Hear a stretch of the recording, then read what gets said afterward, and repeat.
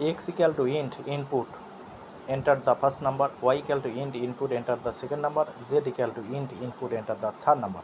এরপরে এই তিনটি সংখ্যাকে স্টোর করার জন্য n equal to থার্ড ব্র্যাকেটের মধ্যে x, y, z bracket close করো, n dot short first bracket start close, print করবে অ্যাসেন্ডিং অর্ডার, এরপরে n কমা দিয়ে 0, n কমা দিয়ে 1, n কমা দিয়ে 2। এরপরে আমি রান করছি। এরপরে ইউজার ইনপুট করছি first number 12, second number 19, third number 14। দেখো এখানে হচ্ছে অ্যাসেন্ডিং অর্ডারে সাজিয়ে দিয়েছি। এরপরে আর একবার আমি ইনপুট করব, ঠিক আছে, দেখে নাও।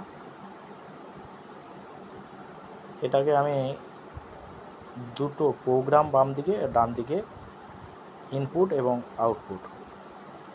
এরপরে আমি রান করছি আর একবার। এর ফার্স্ট নাম্বার দিচ্ছি, সেকেন্ড নাম্বার দিচ্ছি, থার্ড নাম্বার দিচ্ছি, আউটপুট দেখে নাও, অ্যাসেন্ডিং অর্ডার দেখিয়ে দিয়েছি। ভালো করে দেখে নাও, এই হচ্ছে প্রোগ্রামটি।